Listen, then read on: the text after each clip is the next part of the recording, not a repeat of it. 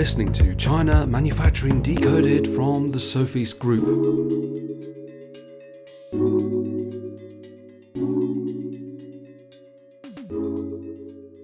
Hello, today this is Renaud Joran. I'm going to be the host of the show, and I'm going to interview Fredrik Gronkvist from Product Maker. Actually, Fredrik has been on the show a few times.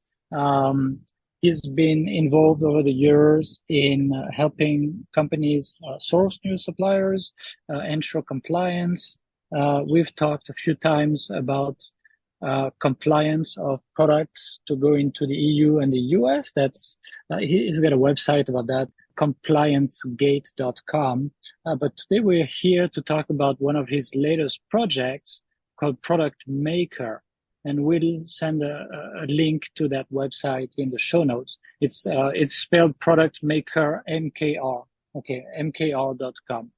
And the whole topic is on near sourcing from countries in Europe and Turkey, and sort of comparing it with, sourcing from suppliers in China mainly, and Vietnam and some other Southeast Asian countries.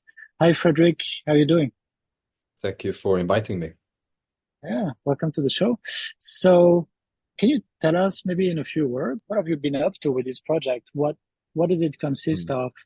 How basically what have you been doing here? And what is it specifically about European and Turkish manufacturers? Well, you would have to add Mexico to that list. So Europe, Turkey, and Mexico. This I had this idea, this vision in the first few months of the pandemic in, what could it be, May 2020, that this is not enough information about how you go about finding suppliers and quality assurance and so on and so forth, VAT, import taxes, when you manufacture in Europe, Turkey, and Mexico, closer to home for European, British, and American and Canadian businesses, which is really our audience, right, with ComplianceGate and so on. And this really then took off because, as you know, in late 2020, the freight rates exploded. Absolutely obscene amounts you had to pay for a 20-foot container. And all of a sudden, the calculation started to change. It became reasonable to manufacture, say, in Portugal as an alternative to Vietnam or China. Interest increased. Then freight rates went down, and interest is perhaps not as intense now as it was then. But I still believe in this, and we developed this into a supply directory, and that's what we're focusing on right now. Nice. So what? Okay, that Mexico, I guess, mostly for North American buyers, and then for European buyers, then that's EU and Turkey. And by the way, I noticed a number of American companies that try to find other sources far away from China have also started to buy more from the EU. I don't know if you've seen the same thing. And it seems like the big players are Poland, Portugal, and Turkey. Well, have you seen the same thing? I don't have data on that, so I'm not going to sit and say that I've seen that specific pattern. We do have US companies that sign up to our supplier database subscription, if I can use that term, but we don't really reach out and ask them where they're buying from. So I don't know if they used to find suppliers in Mexico or in Europe, to be honest. Maybe Right. we should. We should do some kind of survey, but we're not there yet. Right. I guess that's for a follow-up episode, right? So let's get into it, because the main topic that I want to cover is about the how does it compare, right? You look into near sourcing from these countries, obviously for the market, for the markets of let's say Europe and USA and Canada. How does it compare against China? So there's basically three big measurable indicators, right? It would be the unit price, but also the lead time and the minimum order quantity. How do you see the difference? And maybe it's very product specific. I'm not sure. What have you found? So Yeah, this is something where we actually have data, and we did our first case study, price research, in late 2021, and that concerned baby clothing, baby blanket, baby romper, and so on. Organic cotton, got certified organic cotton to be specific. So we're comparing apples and apples and not different fabric qualities. So in the primary challenge with manufacturing in Europe is often to find a supplier as Euro pages, but let's say that's not exactly Alibaba. Nothing really compares to Alibaba when it comes to supply directory. But Alibaba can be quite meager for many product categories in Europe. Now, in this case, we had the luxury of accessing the GOTS supply database, meaning that we could use the GOTS organic cotton supply database to find supplies both in China and in various European countries. So that was the first challenge. Just for people to understand, so it's you mean that these suppliers are actually sort of certified as using that specific type of fabric, right? Exactly. So this concerns suppliers that are certified as GOTS manufacturers for organic cotton. So we had a starting point. The second challenge, where we see difference, is in the response rate. Let me put it this way: European suppliers can be far more conservative than those in China. What I mean by that is, you contact a supplier using a Gmail address, you might have already lost. They might not even bother responding to you. We saw that the response rate was around 35% for European suppliers, where in China around 50%, meaning that Chinese suppliers tend to be a bit more eager. This matters. If you don't get a quote, we don't get an attractive quote, it could be a situation where you can't even move forward suppliers. We need more preparation for the EU. I can get to that later. So yeah, just to comment on that, yeah, what we've seen, and you've seen that also, right, is that a lot of Chinese suppliers will have an army of salespeople on commission, right? And then they pay Alibaba, whatever, they get some inquiries, then they put the people on it, and they say, go ahead and try to be more aggressive. Basically, that's the Chinese approach. Quite different in Europe. Yeah, I'm not surprised. I also think this could, at least in part, be explained by the fact that Chinese suppliers, they are so accustomed to using, say, the Alibaba RFQ systems. They spend time behind the computer responding to potential customers in a way that many European suppliers are not accustomed to. And I think this also applies to some extent also to those in Mexico and in Turkey. At least in our experience, the response rate is lower compared to China. So it might sound like a minor thing, but it's not. It's really one of the key challenges, and perhaps the number one complaint that I contacted 10 suppliers and nobody responded. So it's a pretty big issue for some companies. Yeah, that makes sense. Yes. So what you're saying is that that's actually one very serious, let's say, indicator to take into account, and companies need to basically be prepared for that. To sell their project, right? To look more professional, to look more like an established company, to look like a real inquiry that will lead to real profitable business, not a very tiny order. Is that the kind of implications that this leads to? Absolutely, and it means that you need to have a clear product specification. You need to communicate potential buying volumes. I think European suppliers are less willing to guess what you want to manufacture. So you need to be very, very clear when it comes to providing a tech pack, artwork, packaging, designs, specifications in general, bill of materials, and so on and so forth. Because that's where I see many potential buyers failing, because they just don't get the responses they expect. Right. Whereas in China, it's going to be, well, they don't specify these things. Okay, let's try to orient them in the direction of one of our existing product or something. The things that we're used to doing, and that's it. If they don't specify, it means we'll have a way out if they're not happy, because we'll be able to say, well, sorry, you didn't tell us about that. Whereas in Europe, and not just in Europe, but the approach might be a bit different. Like, it's not a good sign, it's a bad sign. Well, this is not a very serious and professional buyer. How come they don't even know these kind of things? we're going to have to educate them. We're going to have to do all kinds of things. And then usually in this case, the business doesn't come to us, it just falls through somewhere, right? Because again, it's not a professional buyer. It's maybe a company just starting. Oh, that doesn't smell very good. We're going to waste a lot of time. And it might not be a junior salesperson on commission. It might be actually one of the owners responding to your emails. So their time is precious, right? Does that ring true? Or? Yes, and it kind of makes sense given that labor is more expensive in most European countries. So you cannot have people working full time responding to, let's say, buyers that just tire kickers that will not actually buy it. They have to be rational when it comes to prioritizing. It's just how it is.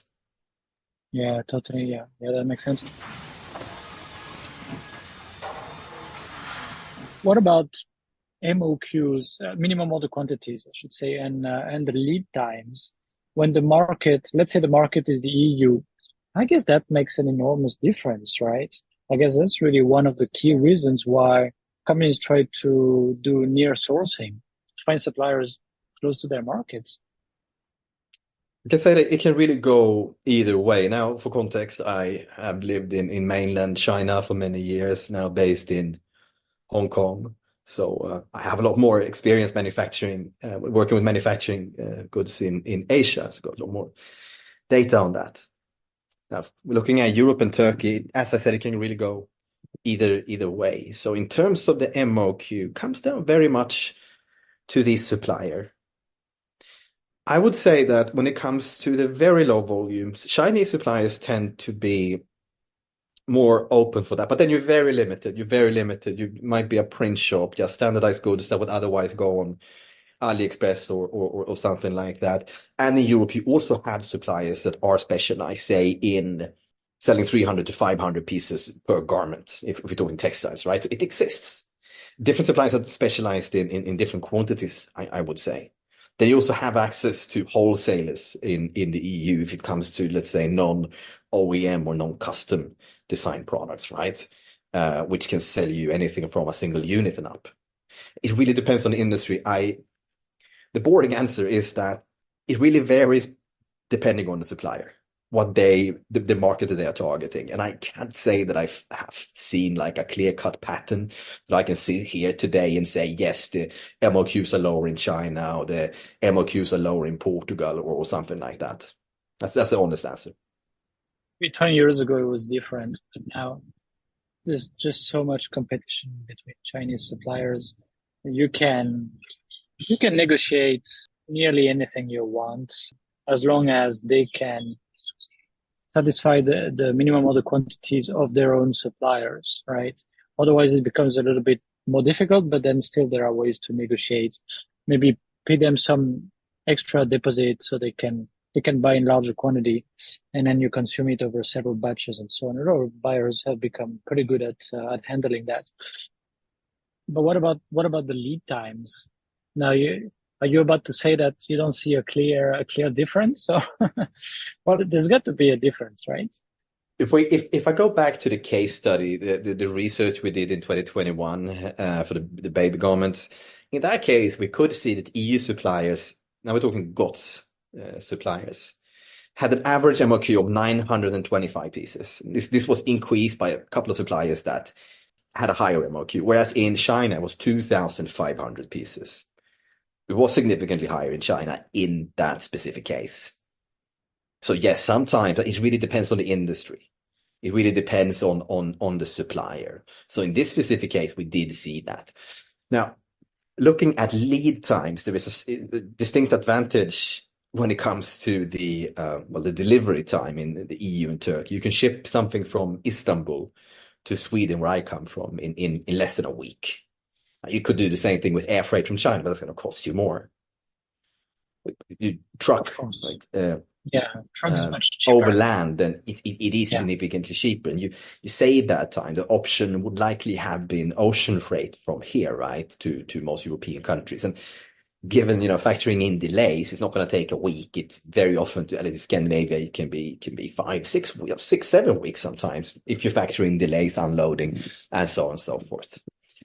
So that's a drastic reduction, and that matters when you need to restock. However, when it comes to the manufacturing time, I would say it's been just about the same, be it manufacturing in Turkey, Europe compared to China. And if we go into delays, it's been about the same, I would say. So the manufacturing time seems to be about the same, but end of the day, you can really shave off at least a month in lead time just because the delivery is so much faster. That makes a big difference, especially when you need to restock, especially when you are building a brand or you're testing out a new product line, right? If it's a 2-month lead time compared to, say, 3.5, maybe 4 months, that's a big difference. That means you can get away with keeping less stock. That's better cash flow. That's less inventory. That's really one strong reason for manufacturing in Europe or Turkey if you are based in the EU or the UK. Plus, if you get a batch of, maybe a container of products from China and you see a lot of them are defective, what do you do? Then it's very painful and it's going to take a long time to get it fixed. Whereas open the truck, you say, well, it's no good, send it back to Romania. I'm not picking on Romania, okay, or whatever, to Portugal, to Spain, okay. They if it's really their fault, okay, they will hurry up to rework it and send it back to you, and maybe you lost 1 week, maybe, right? Whereas with China, it's more like 3 months and a lot of aggravations. That's got to count also. It's really the risk. The impact of mistakes is much lower, I would say. Talking about risk, I think especially for companies that sell on the US market, there's got to be a big driver, which is don't produce in China, right? Slap a label that says made in Poland, made in Turkey, has to make them feel much safer, doesn't it? Yeah, as long as it's actually manufactured there. But yeah, I get the point. In the US, there's a different calculation because you have the tariffs, and they might go up even further. We'll see how at the end of the year what the situation will be. I would like to comment on what you mentioned about the risk. Well, the risks when you buy from suppliers in Europe or Turkey compared to China. We have been dealing with quality issues. In all cases, the suppliers have been, let's say, forthcoming, and they have informed us about potential quality issues. At the same time, I would say the Chinese suppliers are way better now than they were 10 years ago. So it's been a pretty dramatic improvement in the way the Chinese suppliers are communicating potential quality issues and so on. That could also be the result of we working with companies like yours, right? We work with Sofeast, we get things quality inspected, we have these order term sheets and so on. We do lab testing and so on. So yeah, okay, maybe it's related to that, the fact that we do have a strict quality assurance procedure, but we do have the same also when it comes to manufacturing projects in Europe and Turkey, and that's also what I advise our customers, that you don't want to return anything because that could still be an issue if it turns out that you as the buyer you didn't specify the Pantone color, or you got the unit wrong in a tech pack. Then they're not going to remake it for free anyway. So quality inspections are important when you manufacture in, say, Portugal. Just to be clear about that. There is another element though where manufacturing closer to home really makes things easier, and that is a compliance aspect. Compliance is a big part of what we do at Compliance Gate, right? But it's actually everything we do at Compliance Gate. But the difference is that when you manufacture in China, because China is not part of the EU, it's not part of the United States, it's its own sovereign country, right? They have their own regulations, they have their own substance restrictions, and so on and so forth.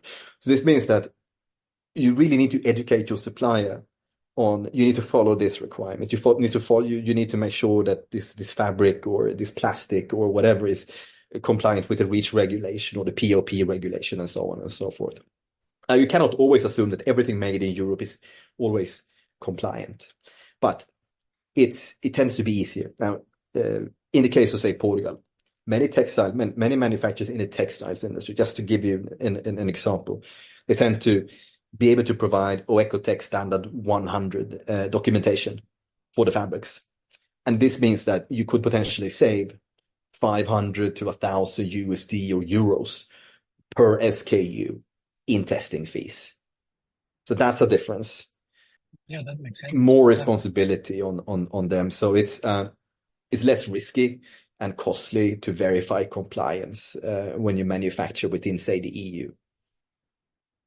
So yeah, I think just to clarify, yes, if you sell product in the EU and the product is really made in the EU, you as the brand owner or whatever, the e-commerce supplier or the retailer, whatever, you are not considered the manufacturer because you have not brought that product from outside of the EU like you do. Like if you buy something in China, you slap your own logo and brand everywhere. You don't mention the manufacturer name anywhere. No, you're considered the manufacturer, and that's it. The buck stops with you, right? Whereas in the EU, it can be different. The ultimate responsibility doesn't necessarily fall onto you. Is that what you had in what you were explaining? That specific case, when I think that would also apply in the EU, that say I'm in Germany and I have this, say, I go to an electronics manufacturing services company in Poland and I tell them put together this device. I'm still a manufacturer in that case. The difference is that they know what CE marking is. They know the basics of standards. They can provide input, or maybe they have substance documentation to give you an idea. So that's the difference. That they have more experience. They are based in the EU, more experience with this. Also, if you look in Turkey, many of them are very oriented towards exports to the European Union. So this means that they, on average, tend to be more aware of this. And you can also take, let's say, the cosmetics industry in the EU. You can go to cosmetics manufacturing company in, say, Germany or Italy, and they have these standard formulas. You just put your label on it, which a lot of influencers, they do just that. And these companies, they know the cosmetics product regulations in the European Union in and out. They even help you with the labeling. So, of course, this varies depending on the industry, but you can often get more compliance support, and that can really make a huge difference. Yeah, makes a lot of sense. Yes, I was thinking before the call. Okay, what kind of product is this better suited for, right? And my theory is that if a lot of the components are going to come from Asia, might not be great, but if a lot of the components and materials can be sourced locally, that certainly can make a huge difference. Does that make any sense? Yes, but at the same time, most of our customers wouldn't really be very concerned about where the fabric is from, or if they have an electronic device with components from China, that would not really be an issue for them. I don't think any of our customers that use our supply database have really been concerned with the component origin in that sense. More like final assembly or manufacturing. It's not really thinking are they concerned. I was thinking along the lines of if there's a minimum order quantity on the components, made in China, well, it's going to be the same one probably in China and in, let's say, Portugal anyway, because they have to buy, I don't know, at least that many, PCB or whatever, right? Or the cost of the mold, if the mold for the plastic enclosure is going to be made around Shenzhen anyway. It's going to be roughly the same lead times to get it made and validated and trialed and everything. I mean, anything that leads back to China is going to lead to the same kind of conditions, right? If the fabric is dyed in a Chinese fabric mill, then, and that's what we see a lot in countries like Vietnam or Bangladesh, etc. Well, it all comes from China. So, there's the same conditions as China in terms of MOQ and lead time and everything, plus a longer lead time because we need to get it from there, right? So it's always something that we kind of ask, okay, where does this come from and where is this made and so on, right? And I would ask the same kind of questions from a Turkish supplier or a Polish supplier. Oh yeah, definitely. I mean, if you go and you say I need need this PCB and they need to get it made in Dongguan, yes, of course you're going to have to meet the MOQ in Poland as much as you would have to meet the MOQ if you're doing final assembly in Shenzhen, right? But there's a lot of say metal fabrication companies in say Poland, in Estonia, and so on and so forth that makes injection molds, plastic injection molds, also in the EU. So there's no real shortage of that. The same thing goes for machining or sheet metal, metal laser cutting, welding services, and so on and so forth. So if you want, you can have all that made in Europe. And that's what many of our customers do. When it comes to things like cosmetics, then I don't know the origin of those chemicals. But many European manufacturers are quite big companies, and they do tend to have components and materials in stock, just like you would have in China. And they say that you go to a garment manufacturer in Portugal, we have never been in a situation where they have been forced to okay, we've got to wait another 2 months because we need to order this material from Asia. That is not something we have really encountered. Likewise, if it would be, say, a wooden chair, it's supposed to be made in Romania. Romania is a really interesting country for all sorts of wooden crafts, by the way. We haven't really had that issue either. So I'm sure if you ask me in a couple of years, then maybe I will see more of a pattern like that. But it hasn't really been an issue, I would say, importing. Now with Vietnam, yes, I am fully aware of that. And it's not just from China, but also from India. And then it's because Vietnam is so close to China. So I think that makes sense. I haven't really encountered a situation where we had to wait for a European or Turkish supplier to start production because they need to buy the material from East Asia. That's not an issue we've been having. Okay. That's a long answer. Yeah, no, I'm sure it can. I'm sure it happens. I'm sure it happens. Just we have not had that experience. Yeah, that makes sense. Okay.